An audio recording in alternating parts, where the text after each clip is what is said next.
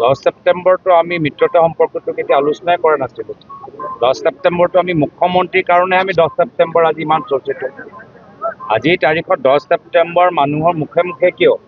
সেই তাৰিখটোৱে মুখ্যমন্ত্ৰীয়ে ফাদিল কৰিছিল আৰু তেওঁতো SITৰ পৰা চব খোজ খবৰটো পাই থাকে। তো যদি তেওঁলোকে গম পাই আছে যে SIT একো ধৰণৰ তদন্ত কৰিব বা তথ্য পোৱা নাই, তো 10 ছেপ্টেম্বৰটো তেওঁ ক'ব নালাগিছিল। তেওঁ নিজে উঠাই দিলে আৰু পিছত খোজ হৈ গ'ল। এতিয়া আমাক নাচিলেও তেওঁৰ আপত্তি, আমাক গান গালেও তেওঁৰ আপত্তি। আমি কৈছোঁ ইমান টেনশ্যন ল'ব নালাগে, অলপ ৰিলেক্স, কুল ডাউন, কাম।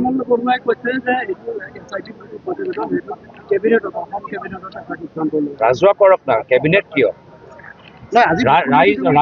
ৰাইজৰ মাজত আলোচনা হওক, ৰাইজৰ মাজত মুকলি হওক। আমিতো বিচাৰোঁ ৰাইজক পিস্তাৰে ৰাইজৰ মাজত মুকলি কৰক। মুখ্যমন্ত্ৰী ডাঙৰীয়া আজি কিন্তু SIT সম্পৰ্কে কৈছে যে বহুত বিস্ফোৰক তথ্য আছে। এই মুখ্যমন্ত্ৰী এইটোৱে কৈছোঁ, এইখিনি মানে ভাঙা কেছেটৰ দৰে আমি একেখিনি কথা অসমৰ ৰাইজে যোৱা 6 মাহৰ পৰা শুনি আছে। একদম মানে ভাঙা পুৰণি কেছেট, একদম মানে এইটো 6 মাহৰ পৰা শুনি আছে।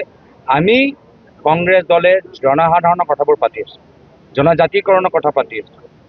মৰাণ জনগোষ্ঠীৰ জনজাতিকৰণ পাবনে নাপায়? কোচ ৰাজবংশীসকলে জনজাতিকৰণ পাবনে নাপায়? মটক জনগোষ্ঠীৰ জনজাতিকৰণ পাবনে নাপায়? আহোম, আমাৰ মটক, চুতীয়া, কোচ ৰাজবংশীসকলে পাবনে, আদিবাসী পাবনে নাপায়?